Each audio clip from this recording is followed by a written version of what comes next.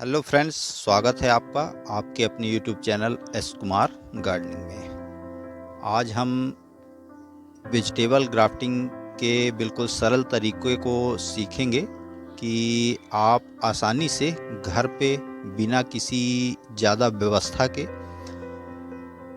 Vegetables की grafting आसानी से कर सकते हैं।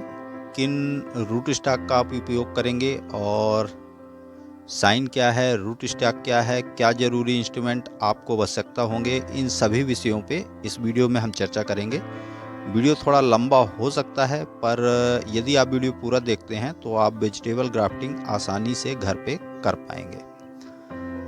तो वेजिटेबल ग्राफ्टिंग में किन किन चीज़ों की आवश्यकता होती है उनको भी हम समझेंगे, और जैसे कि किस पर हमें करना है वो भी समझेंगे। तो देखिए, ये देसी कद्दू है जो चपटा वाला होता है, उसके सीड्स मैंने जर्मिनेट किए हैं, और इस पर आप खीरा, लौकी, तुरई, करेला, खरबूजा, कलिंद्रा, इन सभी की ग्राफ्टिंग कर सकते हैं। तो अभी हम करेले की ग्राफ्टिंग करने जा रहे हैं, तो अभी फ़िलहाल इसी विषय पे बात करेंगे। इसमें आवश्यकता होगी हीलिंग चैम्बर की। तो हीलिंग चैम्बर पॉलीथीन से ढकी हुई एक संरचना होती है जिसके अंदर प्लांट्स को ग्राफ्टिंग के बाद रखा जाता है। उसमें तापमान और ह्यूमिडिटी मेंटेन होती है और पौधों के जॉइंट सही तरीके से जुड़ जाते हैं। तो सबसे ज़रूरी इंस्ट्रूमेंट ब्लेड आपको लेनी है। ब्लेड बिल्कुल नई लेनी है, पुरानी ब्लेड का उपयोग नहीं करना है।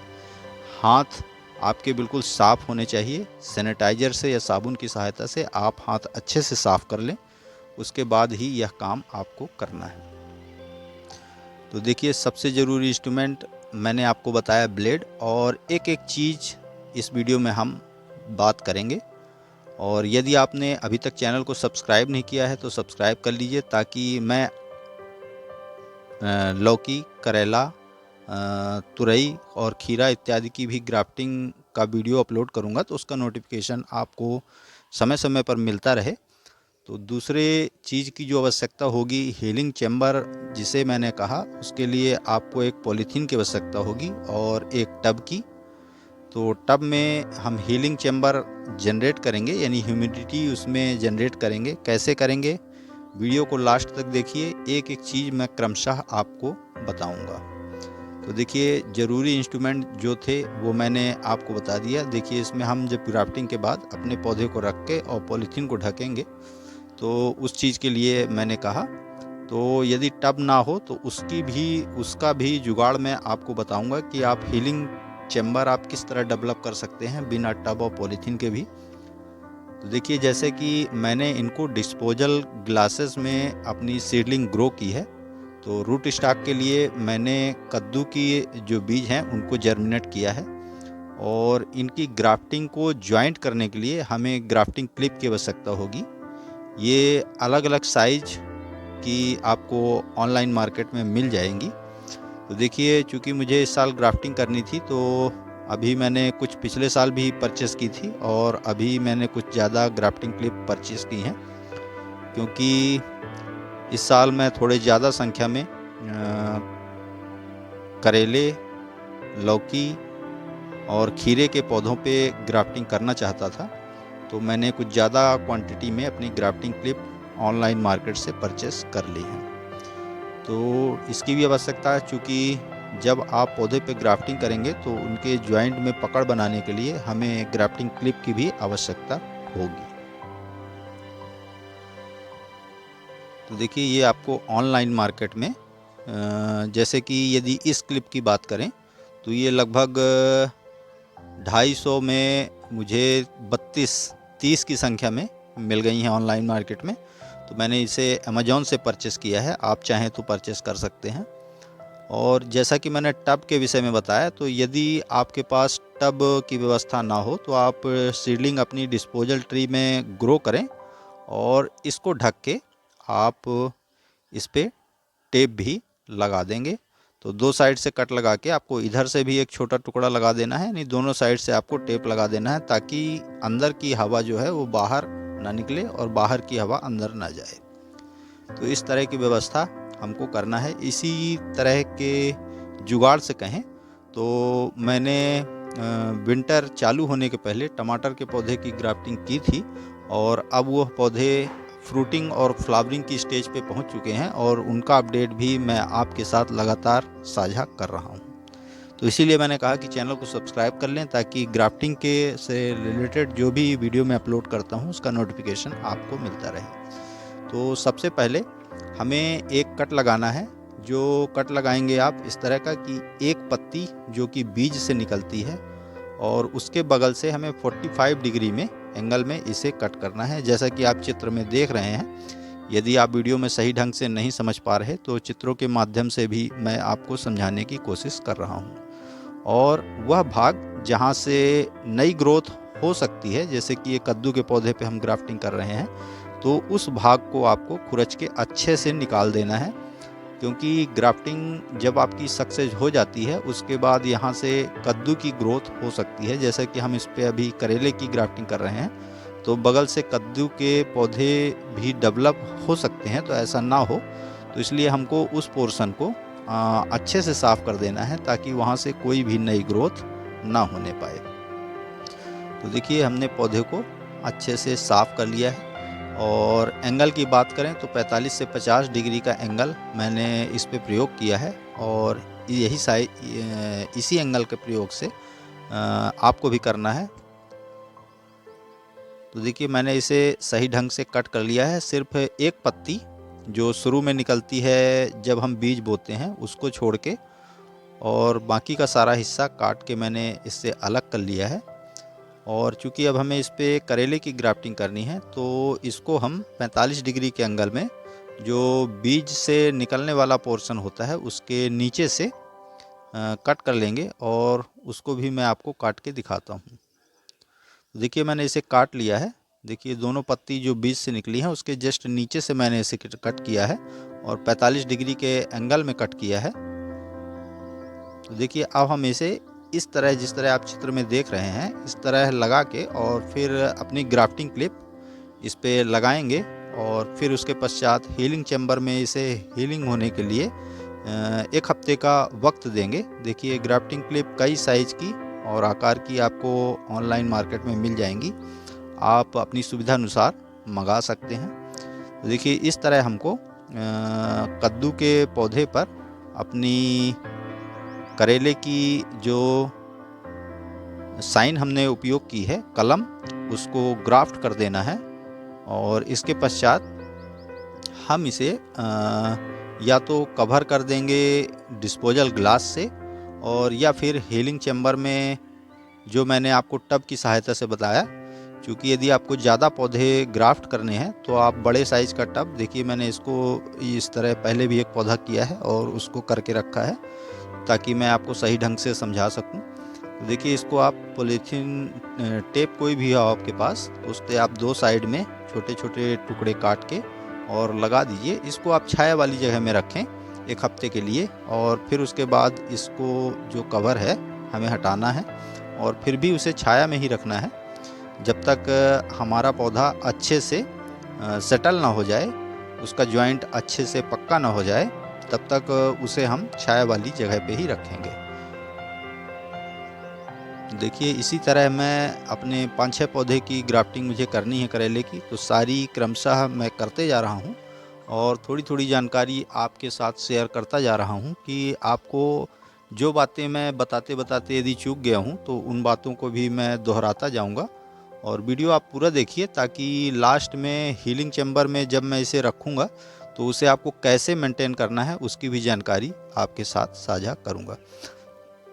तो देखिए जहाँ से ये जो आप हिस्सा देख रहे हैं जिसे मैं ब्लेड से निकालने की कोशिश कर रहा हूँ, यहाँ से कभी कभी क्या होता है कि जैसे कद्दू के पौधे पे हम ग्राफ्टिंग कर रहे हैं तो कद्दू की एक नई बेल वहाँ से ग्रोथ कर सकती है। तो ऐसी ग्रोथ आपके प्लांट से ना निकले, तो इस वजह से उसको अच्छे से साफ करना बहुत आवश्यक है।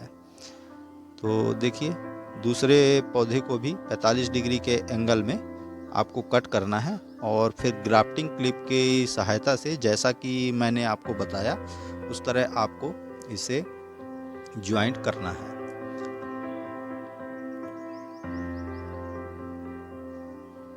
तो इस साल ठंड के पहले भी मैंने टमाटर के पौधों पे सक्सेस ग्राफ्टिंग की थी। ग्राफ्टिंग मैं कई साल से प्रयास कर रहा था, लेकिन ये मेरा तीसरा साल है और फर्स्ट टाइम मुझे सिर्फ 10 से 20% ग्राफ्टिंग में सक्सेस रिजल्ट मिला। और पिछले साल जब मैंने ग्राफ्टिंग की थी तो 50 से 60% मुझे ग्राफ्टिंग का सक्सेस रिजल्ट मिला। और इस बार जब मैंने टमाटो के प्लांट में इसी तरह जो विधि और जो तरीका, जिस तरह से हीलिंग चैम्बर बनाना है, इन सभी को ज्वाइन करके यदि उसके परसेंटेज की बात करें तो कम से कम 85% सक्सेस रिजल्ट मिला।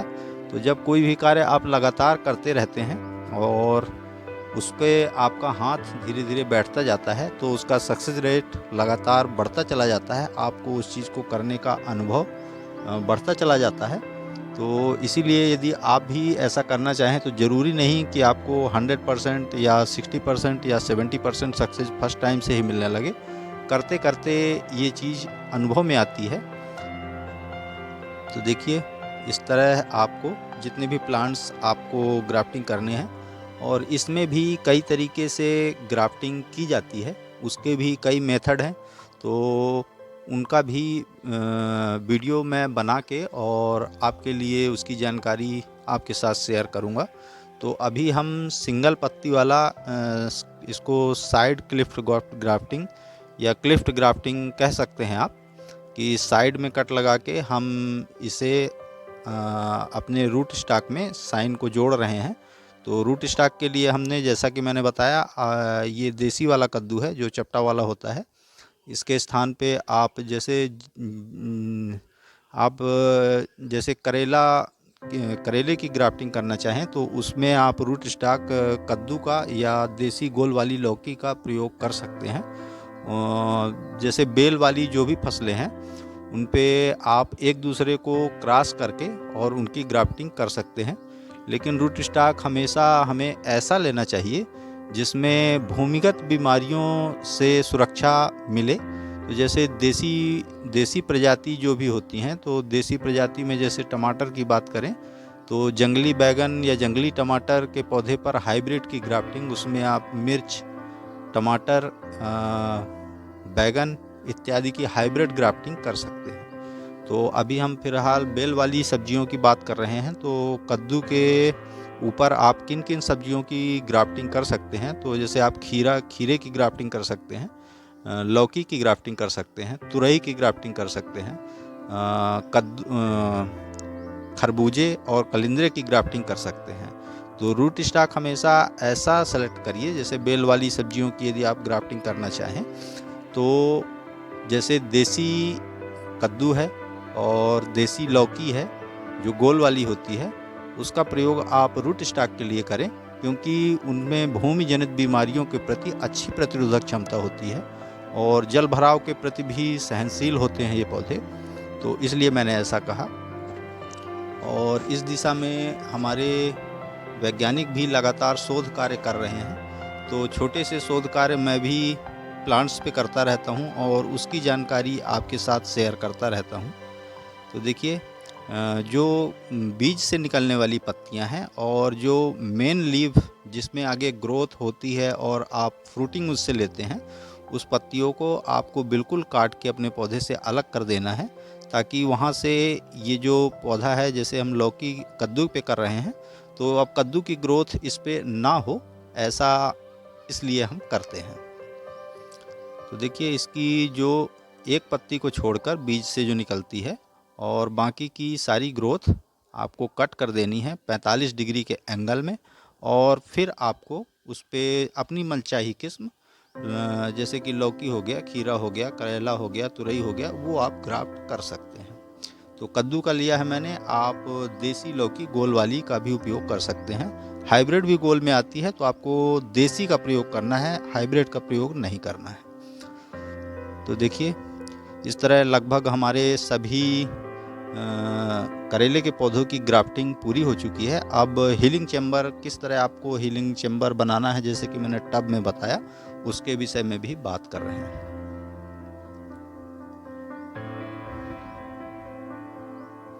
तो देखिए, सभी प्लांट्स हमारे अच्छे से मैच कर जाना चाहिए, उनके कट सही ढंग से मैच करने चाहिए। जैसे कि 45 डिग्री के या 50 डिग्री के कट में आपने लगाए हैं, तो वो सही ढंग से मैच करें, तभी आपकी ग्राफ्टिंग सक्सेस होगी। तो देखिए इन्हें हमने टब में रख लिया है। एक जुगाड़ तो मैंने आपको बताया कि आप डिस्पोजल ग्लास से ही उसे ढककर और हीलिंग उसके अंदर डेवलप कर सकते हैं। उस पर भी सक्सेस रेट आपको फर्स्ट टाइम नहीं कहता कि सारे पौधे आपके सक्सेस हो जाएंगे, मगर सक्सेस रिजल्ट ज़रूर मिलेगा, ये मेरा दावा है। तो देखिए इसे पॉलीथीन से ढक के और रस्सी की सहायता से आपको इसे बांध देना है। पानी का हल्का छिड़काव आपको टब के अंदर करना है ताकि उससे ह्यूमिडिटी जनरेट हो, वो भी मैं आपको करके बता रहा हूँ। तो आशा करता हूँ करेले की ग्राफ्टिंग का यह अपडेट आपको पसंद आया होगा। पसंद आया तो लाइक करिए, कमेंट करिए, अपने गार्डनिंग लविंग दोस्तों के साथ शेयर करिए। चैनल पे यदि पहली बार आए हैं तो प्लीज़ चैनल को सब्सक्राइब जरूर करिए। बेल यानी घंटी के बटन को ऑल पे प्रेस करिए ताकि बागवानी व गार्डनिंग से रिलेटेड ऐसी ही रोचक व जानकारीप्रद वीडियो का नोटिफिकेशन आपको समय समय पर मिलता रहे। तो देखिए हमने अपने प्लांट्स को इसके अंदर रख दिया है और ढकने के पहले हमको नीचे ज़मीन में तली में हल्के से पानी का छिड़काव कर देना है। उसके पश्चात फिर पॉलीथीन को ढक के एक रस्सी की सहायता से इसे अच्छी तरह बांध देना है ताकि अंदर की हवा बाहर ना आ पाए और बाहर की हवा अंदर ना जा पाए। तो देखिए मैंने हल्के से पानी का छिड़काव कर दिया है, ऐसा आपको भी करना है। तो आशा करता हूँ वीडियो में दी गई जानकारी आपको अच्छी लगी होगी। तो अभी के लिए फ़िलहाल इतना ही। वीडियो में अभी तक बने रहने के लिए धन्यवाद। Thank you.